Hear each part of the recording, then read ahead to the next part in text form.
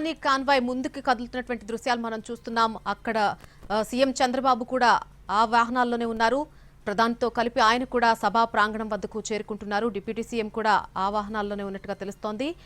ముగ్గురు కూడా మరి కాసేపట్లోనే సభా ప్రాంగణానికి చేరుకోబోతున్నారు. కొద్దిసేపటి క్రితమే గన్నవరం ఎయిర్పోర్ట్ కు చేరుకున్నాక అక్కడ ఏర్పాటు చేసినటువంటి ప్రత్యేక హెలికాప్టర్లో ఆయన వెలగపూడి వరకు చేరుకోవడం జరిగింది. ప్రధానమంత్రి నరేంద్ర మోడీ అక్కడి నుంచి సభా ప్రాంగణానికి ఈ వాహనాల ద్వారా తరలి ముందుకు వెళ్తున్నటువంటి దృశ్యాలు మనకు కనిపిస్తున్నాయి. మరి కాసేపట్లోనే సభా ప్రాంగణానికి నరేంద్ర మోడీ చేరుకోబోతున్నారు. అక్కడ రీలాంచ్ కి సంబంధించినటువంటి ఆవిష్కరణ కార్యక్రమం ఉండబోతోంది. చేరుకున్న తర్వాత సభా ప్రాంగణం వద్ద రీలాంచ్ ఆవిష్కరణ కార్యక్రమం చేస్తారు. అక్కడ ఏర్పాటు చేసినటువంటి ఆ పైలాన్ని ఆవిష్కరణ కార్యక్రమం చేసిన తర్వాత సభా ప్రాంగణంలో కొన్ని శంకుస్థాపనకు సంబంధించినటువంటి కార్యక్రమాలు పూర్తి చేసిన తర్వాత ప్రజలను ఉద్దేశించి ప్రధాని నరేంద్ర మోడీ మాట్లాడబోతున్నారు.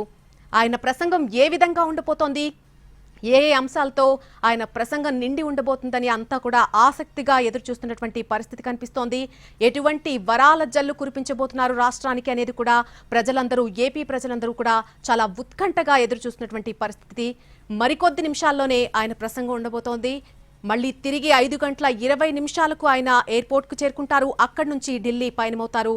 అమరావతి నిర్మాణానికి సంబంధించి ఏపీ ప్రభుత్వం 77,250 కోట్లతో అంచనాలను సిద్ధం చేసింది. 49,000 కోట్ల పనులకు ఇప్పటికే టెండర్లన్నీ కూడా ఖరారయ్యాయి. అమరావతికి ప్రపంచ బ్యాంకు ఏడీబీల నుంచి 15,000 కోట్ల ఆర్థిక సాయం అందింది. హడ్కో నుంచి కూడా 11,000 రుణం అందింది. హైకోర్టు, సెక్రటేరియట్, అసెంబ్లీ భవనాలతో పాటు న్యాయమూర్తుల నివాస సముదాయాలకు ప్రధాని శంకుస్థాపన చేయబోతున్నారు మరి కాసేపట్లో. అలాగే ఎమ్మెల్యేలు, మంత్రులు, ఆల్ ఇండియా సర్వీసెస్ అధికారుల గృహ సముదాయానికి కూడా ప్రధాని శంకుస్థాపన చేస్తారు. రాజధాని ప్రాజెక్టులతో పాటు పెద్ద ఎత్తున కేంద్ర ప్రాజెక్టులకు శంకుస్థాపనలు, ప్రారంభోత్సవాలు జరగబోతున్నాయి. నాగాయలంకలో 1,500 కోట్లతో నిర్మించేటువంటి మిసైల్ టెస్ట్ రేంజ్ కూడా ప్రధాని చేతుల మీదుగా శంకుస్థాపన కార్యక్రమం మరి కాసేపట్లోనే జరగబోతోంది.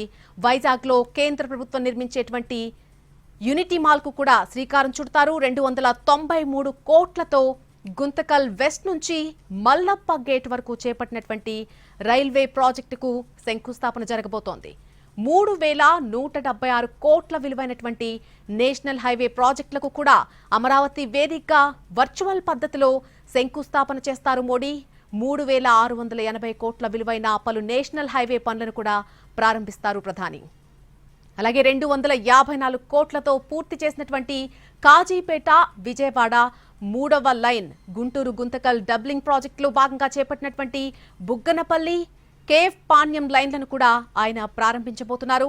మొత్తంగా 57,962 కోట్ల విలువైనటువంటి ప్రాజెక్టులకు శంకుస్థాపనలు, ప్రారంభోత్సవాలు చేస్తారు మోడీ. 8,603 చదరపు కిలోమీటర్ల పరిధిని రాజధాని ప్రాంతంగా గుర్తించారు. ఇందులో 217 చదరపు కిలోమీటర్ల పరిధిలో రాజధాని నగరం నిర్మిస్తారు. 16.9 చదరపు కిలోమీటర్ల పరిధిలో కోర్ క్యాపిటల్ ఉండబోతోంది. భూ సమీకరణ ద్వారా 34,281 ఎకరాలు తీసుకున్నారు. 4,300 ఎకరాలు భూసేకరణ ద్వారా తీసుకున్నారు. ఇక 15,167 ఎకరాల ప్రభుత్వ భూమి, అటవీ, కొండ భూములు కూడా ఉన్నాయి. కూటమి ప్రభుత్వం అధికారంలోకి రాగానే మళ్లీ రాజధాని పనులు ప్రారంభమయ్యాయి. 36 కోట్లతో కంప చెట్లన్నిటి కూడా తొలగించడం జరిగింది. రాజధానిలో 64,000 కోట్ల విలువ గల పనులకు సిఆర్డీఏ ఆమోదం తెలిపింది. వీటిలో 43,000 కోట్లకు టెండర్ ప్రక్రియ కూడా పూర్తయింది. అలాగే అమరావతికి 2,245 కోట్లతో 57 కిలోమీటర్ల కొత్త రైల్వే లైన్ కూడా మంజూరైంది.